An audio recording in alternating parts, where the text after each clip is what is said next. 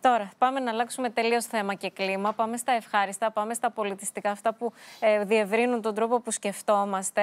Γιατί αυτό κάνει η τέχνη σε ένα πολύ μεγάλο βαθμό, και το συναισθήμα μας αλλά και τη σκέψη μας. Θα πάμε να συναντήσουμε τηλεφωνικά τον κύριο Αντώνη Καφετζόπουλο, τον αγαπημένο ηθοποιό, και βλέπουμε μαζί και τον διοργανωτή μιας πολύ ενδιαφέρουσας εκδήλωσης, τον κύριο Αλυσσόν Σγούρη. Καλημέρα. Καλημέρα και στους δύο. Καλημέρα. Καλημέρα σας. Πώς είμαστε? Πώς είστε καταρχάς και πού είστε, να μας πείτε? Εγώ είμαι στο Βερολίνο. Υποθέτω και ότι και ο Ελσόν είναι κάπου εδώ γύρω. Δεν συναντιέστε εκεί, είναι δύσκολο. Αν είναι και μεγάλο το Βερολίνο. Δεν θα είμαστε 24 ώρες. Σωστό και αυτό, σωστό. Είστε λοιπόν εκεί γιατί θα πιούμε είναι μετά έναν καφέ, θα πιούμε. 16 χρόνια μετά την προβολή της Ακαδημίας Πλάτωνος προβάλλεται ξανά στο Βερολίνο, σωστά? Και γίνεται και μια πολύ ωραία συζήτηση. Σωστά, αλλά καλύτερα να σας τα πει ο Ελσόν αυτά που έχει οργανώσει αυτή την εκδήλωση. Νομίζω ότι έχει μια πολύ πιο σύντομη και ολοκληρωμένη εικόνα να σας δώσει από ότι εγώ. Έλα, Ελσόν, βεβαίως.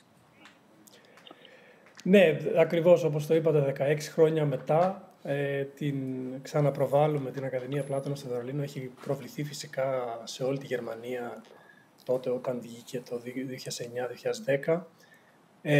Είναι μια ταινία που έχει πάρει πολλά βραβεία, πολλές βραβεύσεις εκείνα τα χρόνια και πραγματεύεται ζητήματα που ακόμα έρχονται στο προσκήνιο. Που είναι επίκαιρα. Είναι επίκαιρα, ναι. Έχει να κάνει με την αλβανική μετανάστευση, με την στοχοποίηση κοινωνικών ομάδων, μεταναστών ή άλλων, με τα ζητήματα ταυτότητας. Και έτσι είχα την ιδέα, ξαναβλέποντας την και εγώ κάποια στιγμή, να την προβάλλουμε στο Babylon, ένας ιστορικός κινηματογράφος του Βερολίνου. Και η ανταπόκριση και του κινηματογράφου αλλά και του κόσμου ήταν μεγάλη. Αμέσως βρήκαμε τον κύριο Καφετζόπουλο, του είπαμε να έρθει. Είναι η πρώτη του φορά στο Βερολίνο, οπότε τον πίεσε λίγο αυτό και εσείς μένετε μόνιμα εκεί, μένετε μόνιμα στο Βερολίνο? Εγώ μένω μόνιμα στο Βερολίνο τα τελευταία 9 χρόνια. Είμαι από την Αλβανία, έχω μεγαλώσει στην Ελλάδα, οπότε το ζήτημα της αλβανικής μετανάστευσης είναι το δικό μου το θέμα. Και θα κάνουμε και μια ανοιχτή συζήτηση μετά με τον κύριο Καφετζόπουλο. Δυστυχώς δεν κατάφερε να έρθει ο κύριος Τσίτος. Θα έχουμε και την κυρία Σοφία Σταυριανίδη, η οποία είναι η διευθύντρια του Ελληνικού Φεστιβάλ Κινηματογράφου Βερολίνου, ενός θεσμού που έχει καθιερωθεί πάρα πολύ τα τελευταία χρόνια εδώ. Και θα κάνουμε μια ανοιχτή συζήτηση οι τρεις μας και με το κοινό για αυτά τα θέματα, για τα θέματα της μετανάστευσης, όπως είπα, για τα θέματα που είναι επίκαιρα μέχρι σήμερα και που η ταινία, παρότι γυρίστηκε 16 χρόνια μετά, είναι σαν να γυρίστηκε χθες. Δεν ξέρω, Μαρία. Ξέρετε, κύριε Ελσόν, το βλέπουμε αυτό να συμβαίνει ακόμα. Επειδή ζήσατε και στην Ελλάδα, ζείτε, μας είπατε, τα τελευταία χρόνια στην Γερμανία, στο Βερολίνο εν προκειμένου. Αν μοιάζουν τα προβλήματα, ιδίως στο κομμάτι του ρατσισμού και της συμπεριφοράς των ανθρώπων έναντι άλλων ανθρώπων? Μοιάζουν. Ευτυχώς το Βερολίνο διαφέρει, θα έλεγα, σε σχέση με τις υπόλοιπες πόλεις της Ευρώπης. Ως προς το μεταναστευτικό, το Βερολίνο είναι μια πολύ ανοιχτή πόλη, μια πόλη που σε αποδέχεται, που σε υποδέχεται, μπορείς να είσαι ό,τι θέλεις, όπως θέλεις, αλλά αυτό που κάνει για μένα τουλάχιστον την ταινία επίκαιρη είναι ότι, αυτό συζητούσα χθες με τον κύριο Καφετζόπουλο, είναι, ας πούμε, ότι εδώ τα τελευταία χρόνια οι πρόσφυγες και οι μετανάστες στη Γερμανία, ενώ γενικότερα, έχουν στοχοποιηθεί πάρα πολύ, γι' αυτό και έχουμε μια άνοδο της ακροδεξιάς από τις τελευταίες εκλογές. Τεράστια, βέβαια. Και αυτό μας κάνει, ας πούμε, να θέλουμε να προβάλλουμε, να κάνουμε τέτοιες εκδηλώσεις ακόμα περισσότερο, για να δείξουμε, ας πούμε, ότι όπως πριν κάποια χρόνια οι Αλβανοί στοχοποιούνταν στην Ελλάδα και τελικά δεν κατέστρεψαν τον πολιτισμό, δεν κατέστρεψαν την οικονομία. Αντιθέτως συνέβαλαν καταλυτικά. Αντιθέτως συνέβαλαν καταλυτικά οι άνθρωποι. Ακριβώς αυτό θέλουμε να δείξουμε εδώ πέρα και με τους μετανάστες που είναι και Έλληνες και Αλβανοί και από όλες τις χώρες. Το Βερολίνο έχει πάρα πολλούς μετανάστες, πάρα πολλούς ξένους και η Γερμανία γενικότερα. Θέλουμε να αποβάλουμε αυτό το στίγμα της αντιμετανάστευσης, αυτού του αντιμεταναστευτικού λόγου που τείνει να γίνει πραγματικότητα. Μόνο λίγες εβδομάδες πριν ακούσαμε τον ίδιο τον καγκελάριο της Γερμανίας να λέει ότι μας χαλάνε την όψη των πόλων οι μετανάστες, και φυσικά ευτυχώς υπήρχαν τεράστιες αντιδράσεις σε όλη τη Γερμανία. Ναι.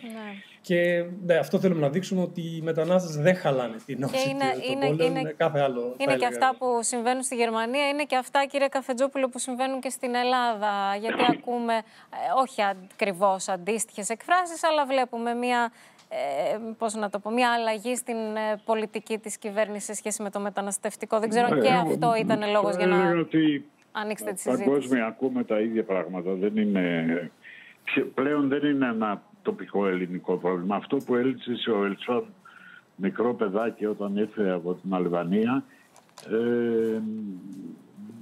ήταν μια ειδική περίπτωση μιας μετανάστευσης βαλκανικής από μια χώρα που είναι λίγο πιο βορειοδυτικά σε μια χώρα που είναι πιο νοτιοανατολικά.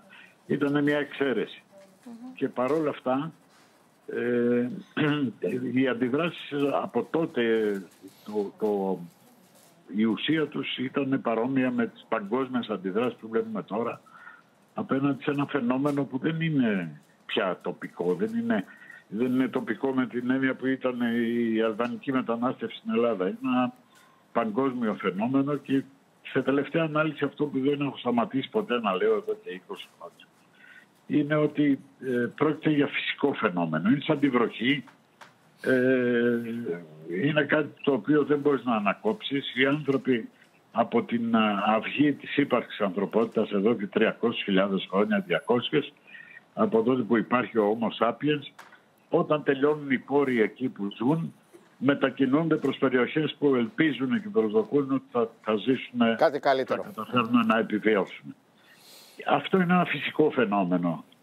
Δεν αντιμετωπίζεται με τείχους, με πολιτικές ανθρώπων που έχουν σπουδάσει κοινωνιολογία ή νομικά. Λυπάμαι που το λέω έτσι χοντρά, αλλά το πολιτικό μας σύστημα, ειδικά στην Ελλάδα, είναι ένα νομικοκεντρικό πολιτικό σύστημα. Οι άνθρωποι έχουν τελειώσει την νομική και νομίζουν ότι μπορούν να τα λύσουν όλα με 3 νόμους ή 2 διατάξεις, ας πούμε. Δεν είναι έτσι τα πράγματα. Υπάρχει και ο φυσικός κόσμος, και μέσα στο φυσικό κόσμο η μετανάστευση της ανθρωπότητας είναι ένα πολύ ισχυρό ρεύμα εδώ και 200.000 χρόνια. Ναι, είναι η ανάγκη του ανθρώπου να επιβιώσει. Ήρθε η ώρα που ζούμε ένα τέτοιο μεγάλο παγκόσμιο κύμα μετανάστευσης. Ας το χωνέψουμε καλά οι θύνοντες, γιατί η δική μου ζωή πάει προς το τέλος της, δεν θα είμαι εδώ. Αλλά προσπαθώ να προειδοποιήσω τους ανθρώπους που πολιτεύονται με κάθε τρόπο ότι τα πράγματα δεν είναι τόσο απλά. Ότι με τον λαϊκισμό του θα κάνω μερικούς νόμους ή θα στείλω μερικούς μετανάστες από το τεράστιο αυτό πλήθος των εκατομμυρίων που περιμένει να έρθει προς καλύτερες πλευρές του πλανήτη, δηλαδή κυρίως στην Ευρώπη, ας πούμε, και στις αναπτυγμένες χώρες, δεν είναι κάτι που θα σταματήσει με διατάξεις. Ας το ξεχάσουμε αυτό.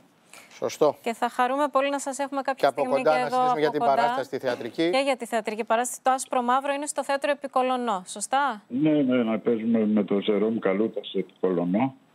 Ο Ζερόμ, ας πούμε, είναι μια άλλη περίπτωση μετανάστευσης. Γεννήθηκε στην Ελλάδα, μεγάλωσε εδώ. Η μητρική του γλώσσα είναι τα ελληνικά, αλλά αισθάνεται ταυτόχρονα και Κογκολέζος.